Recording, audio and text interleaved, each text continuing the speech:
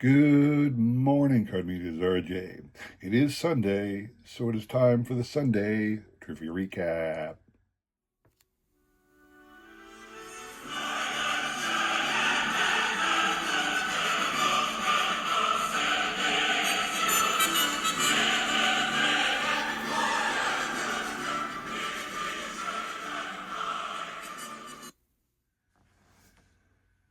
All right, I hope you're all having a fantastic week.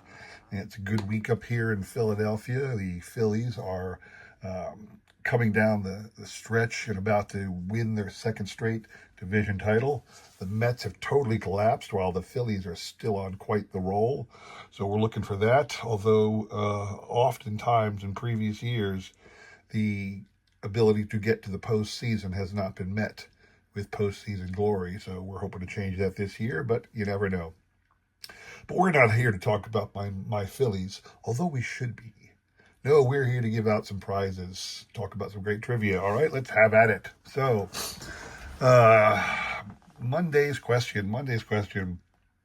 I said, what was the last year in which neither league saw a batter exceed 100 strikeouts in the season? Now, a couple clever individuals said, and I actually knew, but I forgot to put this caveat in this, excluding the COVID year, because 2020, let's just say, yeah, in the season of 2020, COVID shut down the season to like 1/3 of its normal schedule, whatever it was. But yeah, excepting that year. So those people who threw out the COVID year, you were right technically, but that's not what I was looking for. And I meant to say that in my video, but I forgot. So anyway, you don't have to be right in my channel to be part of the contest. You just have to throw out a guess. So let's take a look. I got opened up. This is Baseball Almanac, and these are the leaders in strikeouts every year going back. And of course, 2020, neither player reached 100 strikeouts. But let's go back slowly. I will scroll up, and we will find the first year.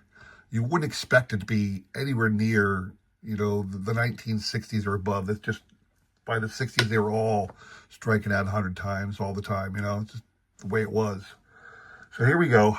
Back in 1958, you had the first time that at least one person, a guy named Harry Anderson playing for the Phillies, only struck out 95 times. That was essentially the last year any batter in a season struck out less than 95 times. Or the leader in strikeouts for the season was under 100, 1958. But I was asking for both leagues, so let's keep going. You can see here there's a smattering of people who didn't strike out 100 times per season. And then you get back to this year, 1940. In 1940, the leaders of strikeouts in both leagues were under 100. So 1949 was the answer. Everybody up here on the screen was kind enough to throw out a guess. What you find here are all the regular players, so I'll just show you what your name is on the list. We will shuffle once. Now, Lisa's name, Lisa Z was a longtime supporter of my channel, as well as everybody pretty much in the card community. Lisa Z passed away very early this calendar year. I have decided to keep her name on the list this calendar year to continue to honor her memory. I will take it off to start the new year, but she remains on the list. Her box is not checked, so she is not on the wheel. I will shuffle once and spin. Good luck to everybody on this one.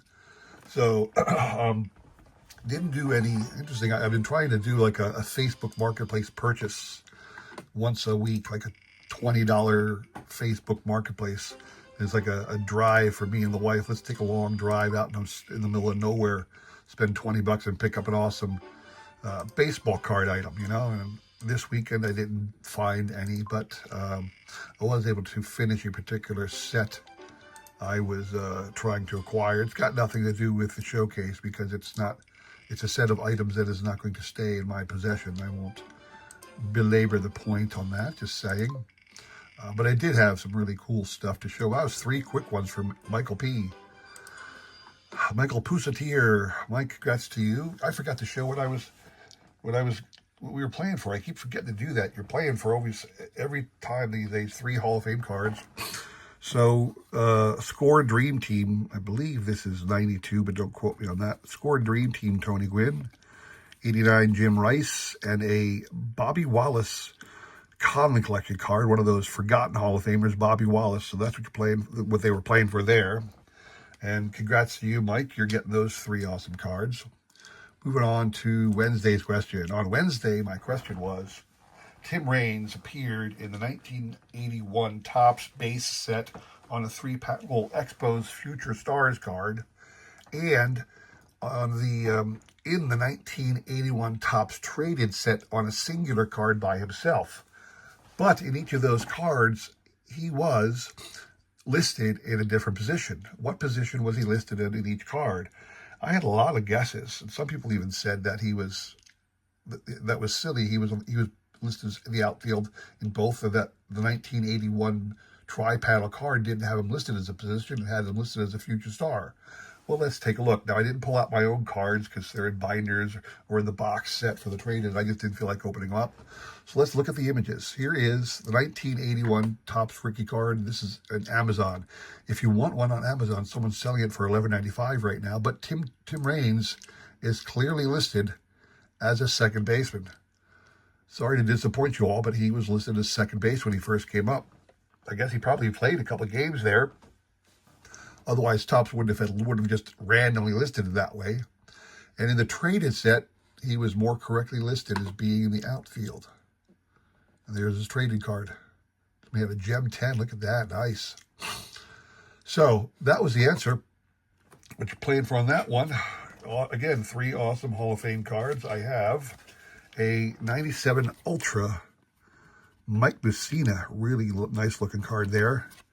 95 Score, Ozzie Smith, just looking as happy as always, the way Ozzie always looks. And then a Common Collection Hall of Fame card of Big Ed Walsh, early White Sox pitcher. Here he is as a coach for the White Sox, but he was a pitcher around the early 1900s.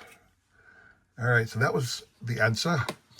The individuals up here on the screen are kind enough to throw out a guess. Scroll down so you can all see your name.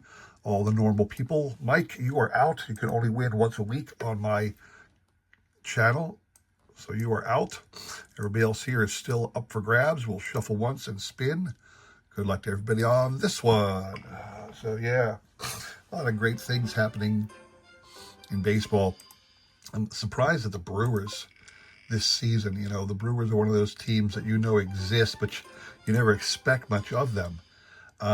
They have been to the World Series before. The Brewers made it to the World Series in '82.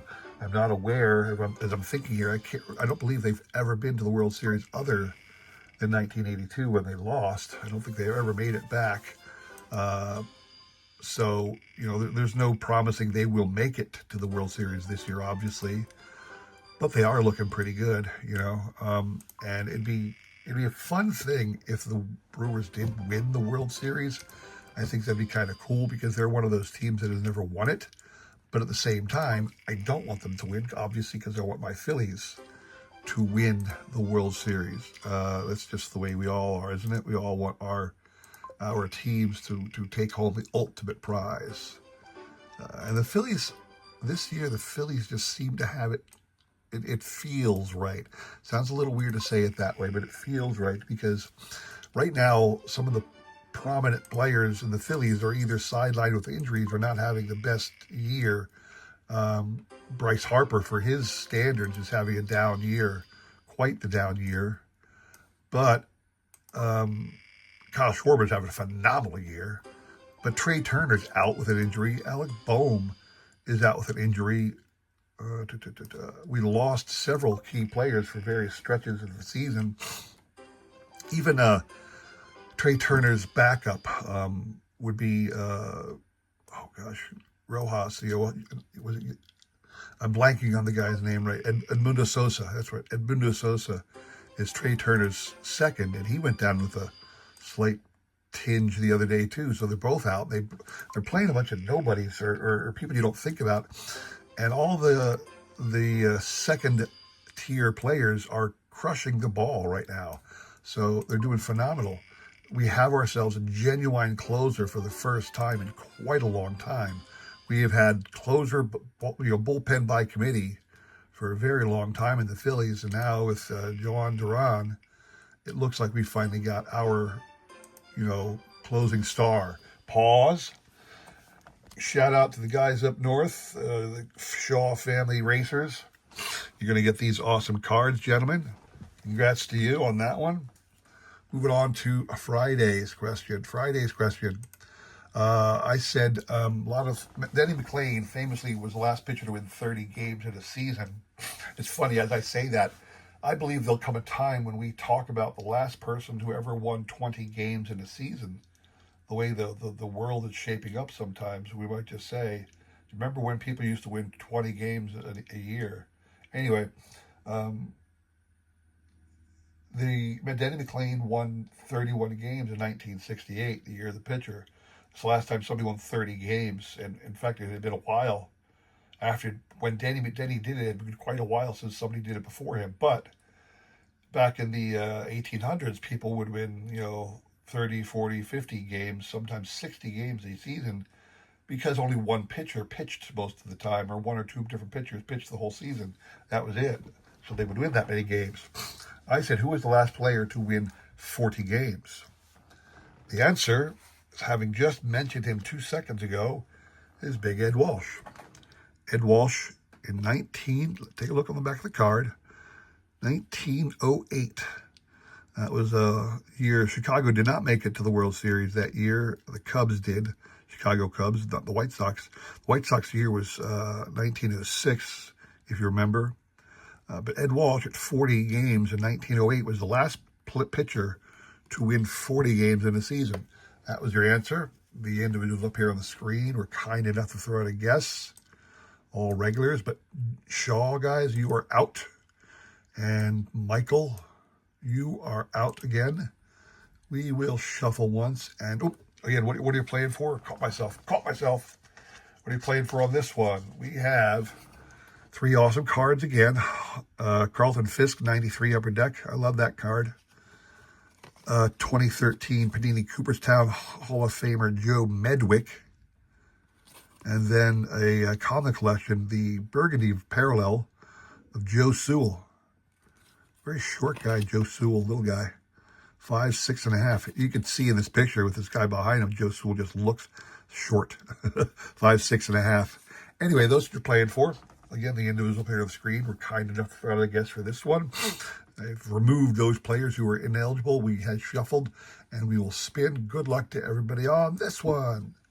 So, yeah, very much looking forward to the postseason. The Phillies just seem primed to take it home this year. Everything's clicking for them. Now, that's happened 1,000 times before with teams who were, can't miss in the postseason and somehow came up short. It happens all the time.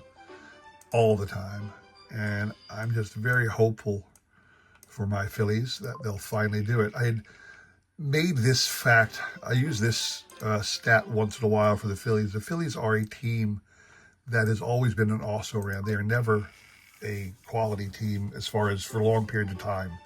I think Derek Jeter famously said in one of those interviews, his entire baseball career, there was only one day, and I think it was like in his last season as a player, there was only one day in his entire baseball career when the Yankees were not in contention for postseason play. Only one singular day. Sometimes they failed on the last day of the season, but only one day. The Phillies are a team it's all or nothing. They have had, not counting the current, more recent Phillies run when they made it to the postseason the last few years, but not counting this time frame.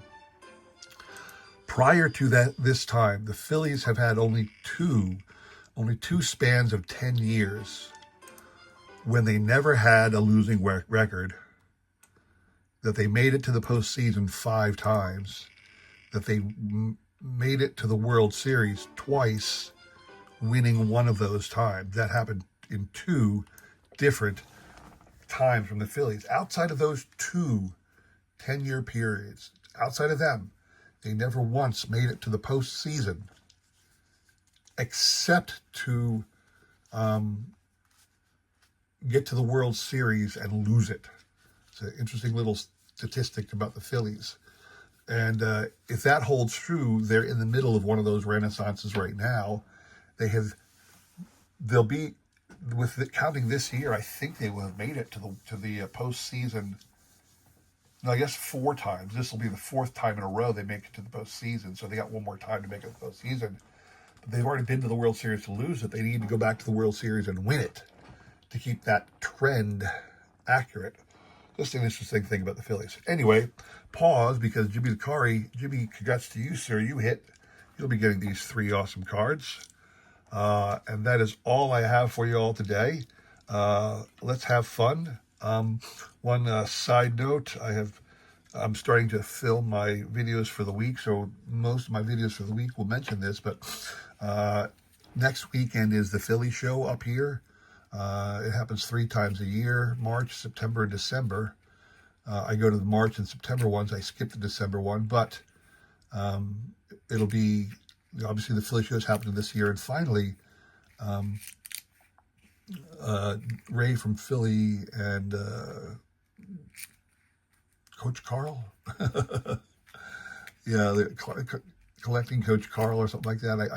I blank on the coach's name, but Coach Neal. He's Coach Neal. Their channels, they're sponsoring a YouTube gathering up in Philly. Finally, I've been wanting this for a while. I haven't been any. I'm not a big enough personality to do it, I don't think. But shout out to Ray from Philly and Cardboard Coach Neal for sponsoring a YouTube gathering. I will be at the YouTube gathering Saturday night with a lot of stuff to give away too. I got a lot of awesome cards I want to hand out to people. Not RJ Collects cards, but I do have a couple of those. But I got a lot of cool cards for local Philly people and other people to just hand out and say, hey, thanks for watching. So if you see me, track me down, say hi. I'd love to meet you. I'm dying to meet a lot of the other YouTubers out in that meet and greet. So can't wait for that to happen. Anyway, we got more great trivia and prizes to give away this coming week. I hope to see it on my channel. Do my best to support your all channels. So thanks for stopping by, all right? Have a great rest of your week. Take care.